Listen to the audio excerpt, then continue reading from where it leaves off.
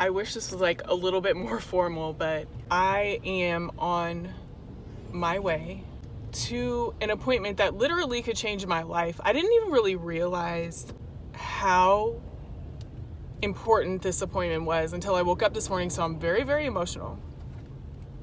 But I am going to my first egg freezing appointment. I had a virtual appointment just to talk about my medical history and kind of give me like an overview of what this situation was going to be. That was actually super eye-opening, and we're gonna talk more about that. I'm actually gonna do a live on Instagram because I feel like it's so important to check your fertility health. Even if you're not going to do an egg freezing, it's incredibly important that you check your fertility health. It's something that I wish I would have done earlier, but we're here now. I'm on my way to this first appointment, and what this appointment is gonna tell me is approximately how many eggs I have. It's gonna tell me a lot of things about my overall fertility health. And honestly, if it makes sense— 600 feet, keep right at the fork to stay on. And honestly, if it makes sense to freeze my eggs, how many years I have left of really good fertility, is my fertility healthy? It's gonna tell me a lot of things. I don't know if it's gonna tell me like right away. I'm not sure exactly what to expect when it comes to actually knowing if it's gonna happen today. Like, what results am I gonna get today? But what I do know is that this appointment is going to tell me a lot about if I will have a biological child in the future. So I'm super, super emotional about it because I do want a child. Children. I'm 40 years old, I'm single. I don't know if I will have a partner, and this appointment is so important because it's gonna tell me if I need to have a baby on my own. Do I wanna have a baby on my own?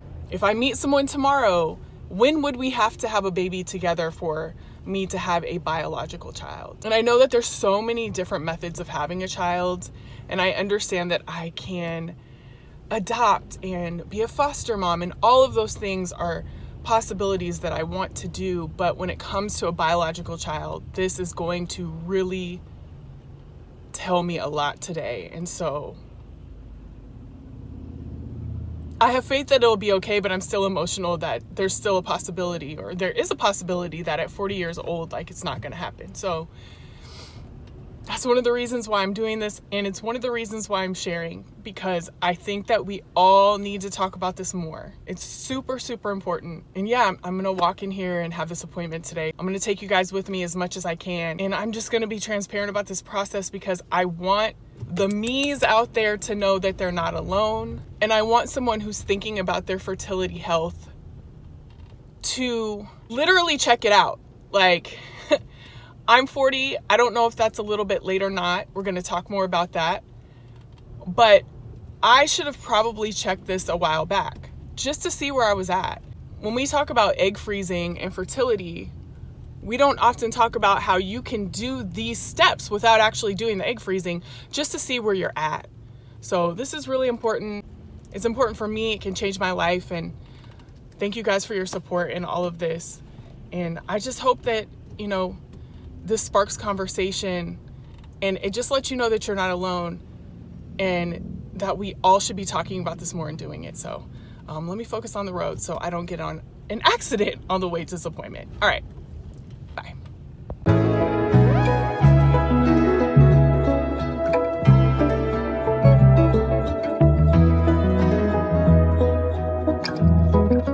So I am on my way in to the clinic.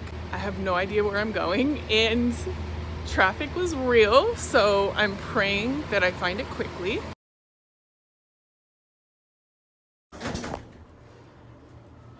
I will say this, especially for being, this lighting is terrible, but in San Francisco, I'm so happy. Like, clinic's super easy to find, a lot of parking. Thank you, Jesus, because I was gonna be late. I just need everyone to see how sexy and cute I am in my hospital socks and this, and it just ripped into a V-neck. So I feel like I'm more fashionable, you know, for my ultrasound. Like, we're ready. This is the room, you know, super clean, obviously. I love whatever this is. This whole place actually feels like a spa, like experience, like even down to the music. I don't know if you can hear it. But super, super calming when you walk in. And then it's the ultrasound machine. And I'll be able to watch it right here. I don't know how much of the appointment I'm gonna actually be able to get. Ooh. But that's what the room looks like. So about to get this vaginal ultrasound. But seriously, this is like really important for your fertility health and just to know. I feel scared a little bit, but I also feel blessed that I'm able to do this. There's so many people that aren't able to do this. It really needs to be covered by insurance. Knowing your fertility health is important, and so it is not beyond me that this is an experience that I'm blessed to have, and no matter what happens, I'm excited and I just like want to know. Like a brief overview of just what's going to happen today. Okay, and kind of what we're looking for. Yeah, absolutely. Today is mostly focused on the physical exam. Okay, so what I want to do is really just to listen to your heart and lungs, feel your thyroid, all the normal stuff. Young and healthy, so I don't anticipate that there's going to be any issues. And then I'm going to do an ultrasound. And the purpose of the ultrasound is to look at your ovaries and your uterus. Your ovaries, I want to count the little eggs that you have and get a sense of, you know, where you're at in terms of egg count, and kind of refer to overall the number of eggs that you have in your ovaries, right? And then the uterus is just to make sure we don't see anything abnormal like fibroids or something like that. Okay, and then we'll set you up with additional appointments with my team to help you kind of plan for the next step. Okay. And I think like for me, like even coming into this appointment, I was like, I'm actually gonna find out, like, does this make sense? Like, what my fertility health is, like, should I be thinking about having a baby sooner than later, or can I, you know? So it's like a very important appointment. I think that people undervalue this step. You know what I mean? Like, I feel like more people should do this step. It's always good to get more information. Now, what do you think? I'm 40 years old. Like, should I have done this earlier? Like, and you can just be frank, because I think it's important for people to know that. Like, I would love to have known that before I was 40. Well, I think the key is that our egg quality and egg count decrease with age. So there's never a right time to do it. The sooner the better. It's always going to be like this. It's a continuum. So I'm glad that you're here today. You know, but if you had known 2 years ago, you probably would have gotten a couple more eggs, really, or a slightly better quality cohort. Got you. Yeah. Okay. Yeah. Good so to let know. me let me listen to your heart and lungs. Okay. Very good. So the green arrow is my cursor. Okay. Okay. So I am outlining right now in the middle of the screen your uterus. Oh wow. Yeah, that's the womb, the uterus, and this part is the muscle of the uterus, and this part is the lining of the uterine cavity. Okay, so when we're pregnant, baby implants here, and when we get our period, this lining is the cells that come out in the form of our period. Okay, so this is the cervix part of the uterus, and here is the cervical canal. It looks like a white line. So basically it's the opening into the uterine cavity. It comes in, and now I'm in the lower uterine segment. Now I'm all the way to the top of the uterine cavity, and again, this is the lining. So the muscle here, sometimes we can grow fibroids. A lot of women have benign fibroids or abnormal, or just benign growth. You don't have any, okay? Okay. Yeah, so that looks That's good pretty to know. good. Uterine lining is 5.7 millimeters, so you are just finishing your period, literally, right? A couple days ago. So that's the thickness of the line is consistent with that. Okay. It's amazing, like what you can just see just from this much. Yeah. So here is the right ovary. Eggs are in little water bubbles called follicles. Okay, so I'm actually looking at follicles.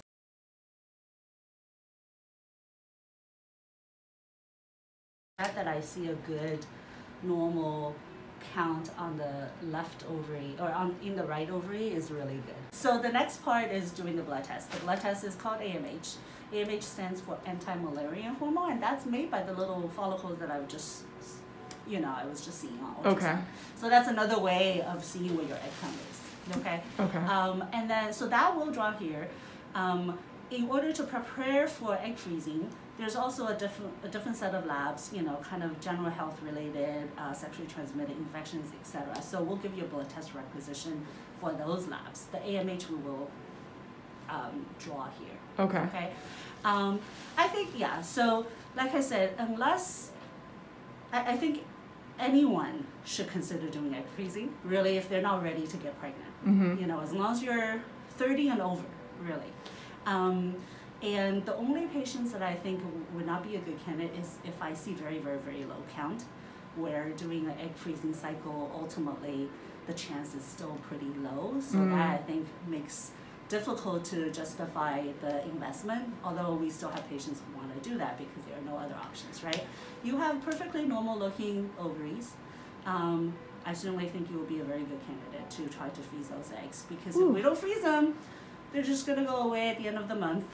Yeah. So I think, nothing is a guarantee. It's not like I can promise that these eggs will make a baby, but they'll give you additional options. Yeah, and I think that's where I'm at, right? Mm-hmm. I'm just like, I don't know what's going to happen. I can meet someone tomorrow and do it naturally, and that's great. Yeah. But then also I can meet someone in 3 years, and then, like, I have a better chance of knowing, and that's all that I really want. For a healthy, regular patient in the average range, I would expect somewhere around 10 to 12 eggs per cycle. Okay. For your age. Okay? But then we have to see how your body responds to medicine. And I know we talked about on the virtual consultation, like, because I really just want to do one cycle. Do you think that would be fine for me, or? Well, so I think it's just associated with a probability of success, and then you can decide if that's satisfactory for you. Okay. So if we get about 10 to 12 eggs for age 40, based on our data from other patients like you who have frozen eggs and then we have thawed them to try to make babies, it may take about 10 to 15 on average, that there's a range, eggs to make one healthy chromosomally normal embryo.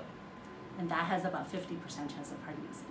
Okay. So I think if we have only 10 eggs, we're pretty borderline, right? Because we could be lucky that those 10 eggs will make one healthy embryo, but it's also possible that it doesn't. Right.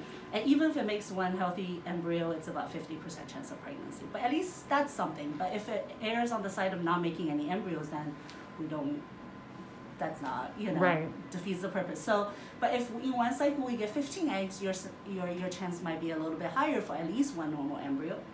In which case we might say, okay, well, that seems good. Okay. Right? So I think I always tell patients we do one step at a time, right? So first evaluation, everything looks so far okay. Then if we are going to go forward with a cycle, once we have to see how the body responds, because even if the egg count is this, there's a chance that when you start taking medication, only half of the eggs are going to grow or something like that. Then we know that we have to do another cycle, to try to get more eggs. Sometimes every follicle will respond to medication. So that's the second step is to see how our body responds to med. And then when the eggs are harvested, then we get a final number. And then we say, okay, well, does that look like that's adequate? Are you happy with those odds?